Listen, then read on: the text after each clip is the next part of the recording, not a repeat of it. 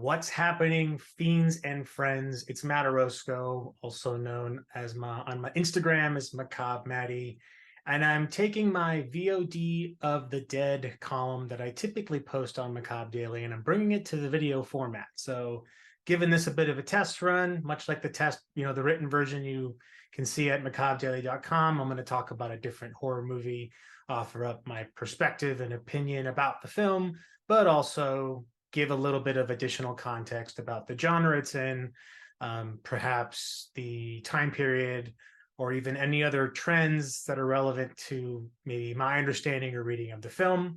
And if you like this format, please leave me a comment and subscribe to my channel. You can see it below, but that's all the self-promotion you're going to get. So let's move on. But to start things off, bit of a monologue here, let's call it. I could probably count on one hand how many movies have genuinely scared me. Not movies that kind of freak you out a little bit or, stick with you for maybe a few moments when you leave the theater or you're finished watching, but things that really stick with you for days and weeks and really get under your skin in a way that almost feels kind of far more real than most of the horror films that we ingest. And as horror fans, we're so desensitized that very few things probably do genuinely scare us these days. But regardless, one of those films that genuinely did was The Blair Witch Project. I was 13 years old, I think, when I saw The Blair Witch Project. And to put a little bit of kind of understanding of the time period, at the time I saw this, I was happy to visit my grandparents in San Diego for the summer, and I was passing by a movie theater that had a massive line outside of it, and I wasn't sure what they were waiting for, so I just asked somebody, and they said it was the Blair Witch Project. And I was aware of the Blair Witch Project because I'm an absolutely massive nerd, but it was one of those movies that was pre kind of the, internet was making its way into people's homes, but it still wasn't everywhere. And it was still very much slow, 56K DSL modems. So not real fast bandwidth, but regardless, the almost mythology around the Blair Witch Project was known, but not kind of broadly known. It was one of those things that I'd heard about through Fangoria. I'd seen the advertisements online. And the marketing really worked at that time because this was, was no internet necessarily to go viral on. The internet wasn't being used in that way quite yet. So this was really just a moment in time where I felt like I had just stumbled upon something that wouldn't happen very often, meaning a screening of this movie, which I'd only read about, seen advertisements about that are very cryptic, happens to be, occurring in the place where I am in this moment. And I absolutely had to see it. And so I did, and it scared the shit out of me. And it stuck with me for days and weeks. I was seeing things in the dark. And really the ending is what got to me, because when it comes to being ambiguous about how you end something, there's a sense of dread at the end of the original Blair Witch Project that I think has, it's quite unique. And it's also still, to me, just very terrifying, because as much as I want to know what I don't see, I'm glad that I almost don't. So as with anything that comes along that's great, it's going to obviously invite imitation. And the Blair Witch Project and the found footage genre as a whole is not deficit in imitations or things that have tried to reach the height of the Blair Witch Project. And for my money, none have. But that kind of brings us to today's review for a new film called The Outwaters. This is a new found footage horror film from Robbie Banfitch, and it's arriving in select theaters today, February 9th, and will be arriving at a later date on the Screambox streaming service. Now, the big question I had kind of going into this is, the Outwaters innovating, or is it simply just imitating more of what we've already seen in the found footage genre? So with that, I'm going to give a brief synopsis. I try and keep these as high level as possible so that I'm not giving away anything that might be crucial to the plot. We avoid spoilers here, so I'm not going to be talking about things that are kind of super explicit to the extent that you can't enjoy the movie, but I want to provide as much kind of detail as I can without violating, the spoiler rules. So What's it about? Four travelers encounter a menacing phenomenon while camping in a remote stretch of the Mojave Desert. I think that's really all you need to know for the setup here. And the question we move on to next is, how is it? Um, and I think The Outwaters is an interesting movie because it's both exciting and it's exhausting experience. It has a commitment to authenticity of the found footage aesthetic that is really, really good and very, very effective, even if it doesn't actually help the film in ways that it might actually harm it. And when I first finished watching The Outwaters, I wasn't really sure how I felt about it because, generally speaking, found footage is kind of not my favorite, not my least favorite, just somewhere maybe in the middle of the subgenres of horror. But the more I kept thinking about it, because a great movie, a great film, doesn't necessarily leave your head a day after or a few hours after; it sticks with you. The more I kind of thought about The Outwaters, the more I started to like about it. Even if it's quite flawed in some ways, it still has a very bold vision that I have a deep appreciation for. So let's start by talking about what I think worked for me. Again, all my opinion. You could totally fucking disagree. You could say you're full of shit, Matt, and I'd be like, hey, you're probably right. But this is where how I took this in and what I took from it. So the first thing that stands out as a strong positive and is absolutely essential with found footage, I'd say in stories in general, but found footage, it really does thrive of having characters that you actually like and that are genuine, that feel real. That's what the Blair Witch Project captured so well, is that you didn't really think, one, you thought this was actually happening because, again, we were ignorant to the virality of great marketing at that time, but you didn't dislike those people. They all had their own quirkiness, their own perplexities, but that never made you didn't want to see them die. And that's kind of how this goes in The Outwaters. None of these characters, which are all played by, it's a very small cast. It's four people. It's Robbie Banfitch playing himself, Robbie, Angela Basilis playing Ange, Scott Schmel playing Scott, and I'm sorry if I mispronounce your name, Scott, and then Michelle May playing Michelle. So, they're all going by their first names here. They're all a group of friends that are going out doing this camping trip. Some music video seems to be involved as well, but they're all just kind of decent people. And part of that is because there's an intentional kind of hour that's spent getting to know them. It's a fine line sometimes on character development before getting to the good stuff, especially when it comes to horror. But I think that the commitment to kind of showing us these people before this trip, and then kind of as they're getting into the trip before things get weird, that helps to really establish a lot of, likability. And also kind of we see where they're coming from, what kind of intentions they bring to this experience. And they're all played really well. They all seem like people you would actually meet.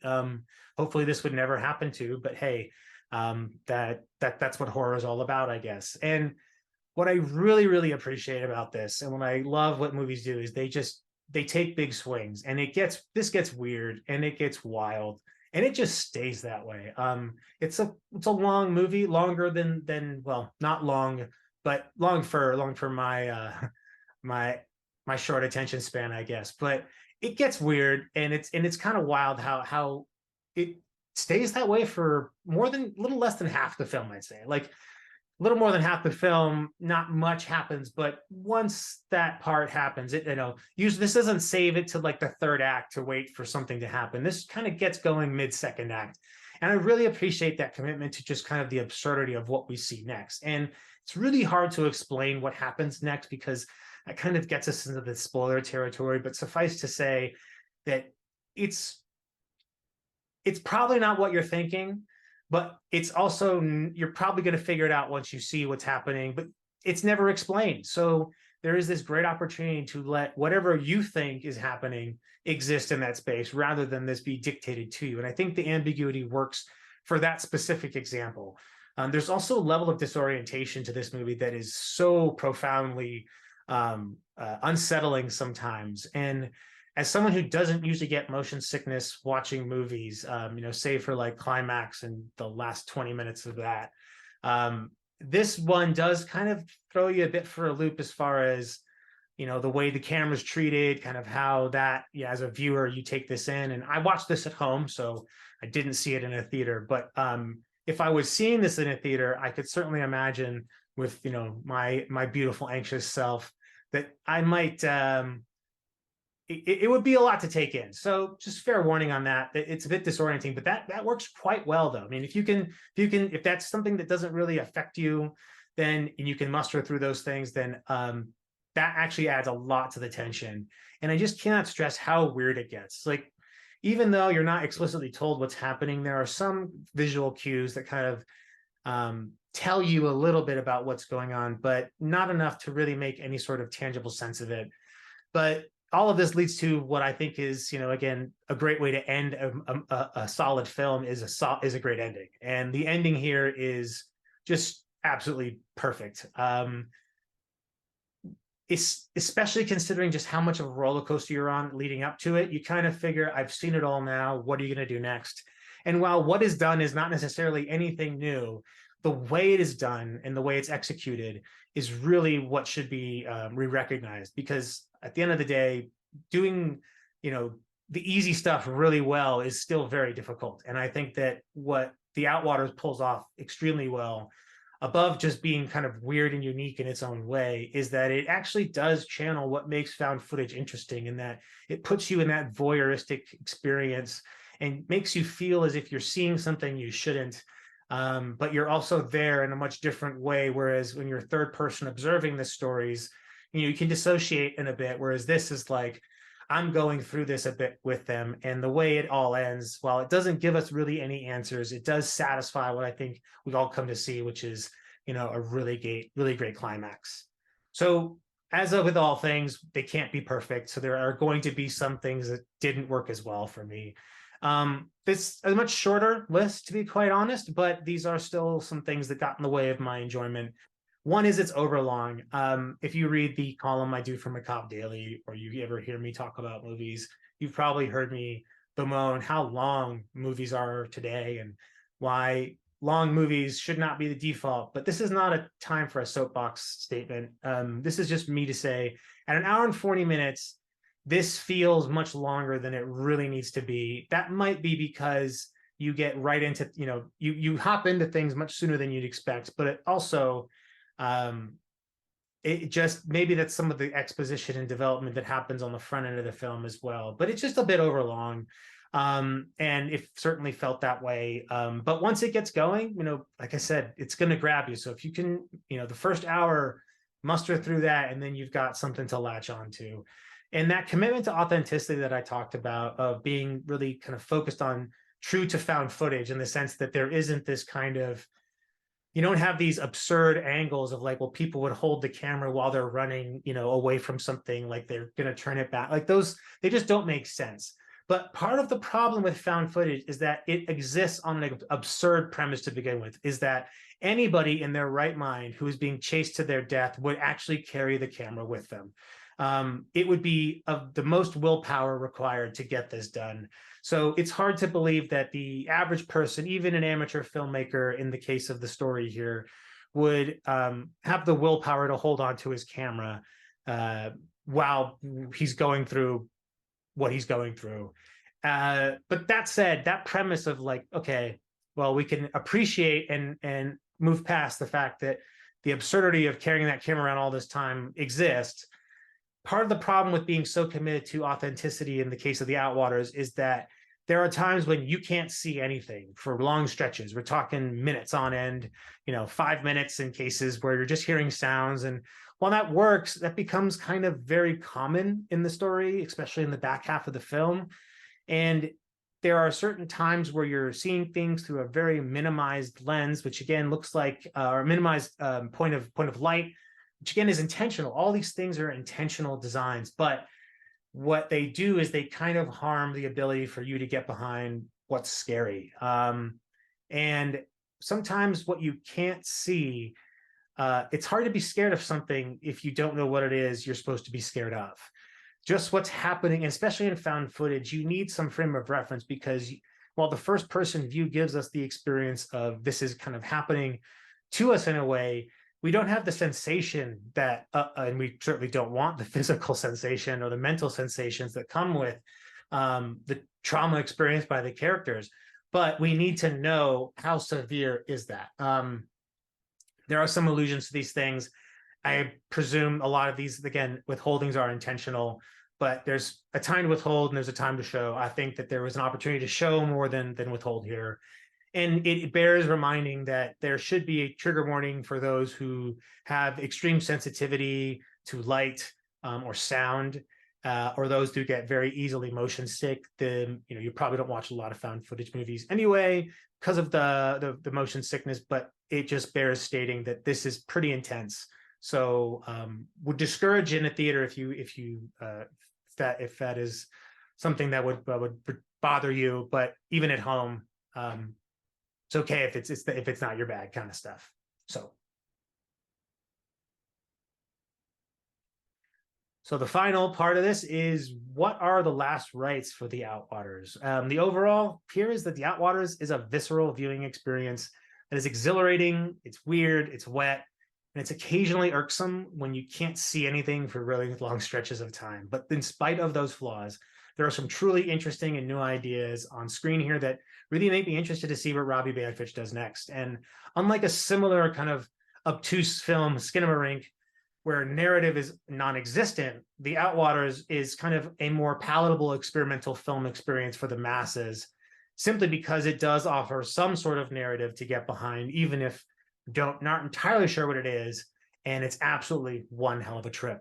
So that's a wrap on my first VOD of the Dead video review. I hate to say it again, but if you liked it and you like this format, please just let me know in the comments. Tap that subscribe button. If you didn't like it, hey, that's cool too. Just be kind, or not. But for now, be good, have fun, and above all, watch horror movies.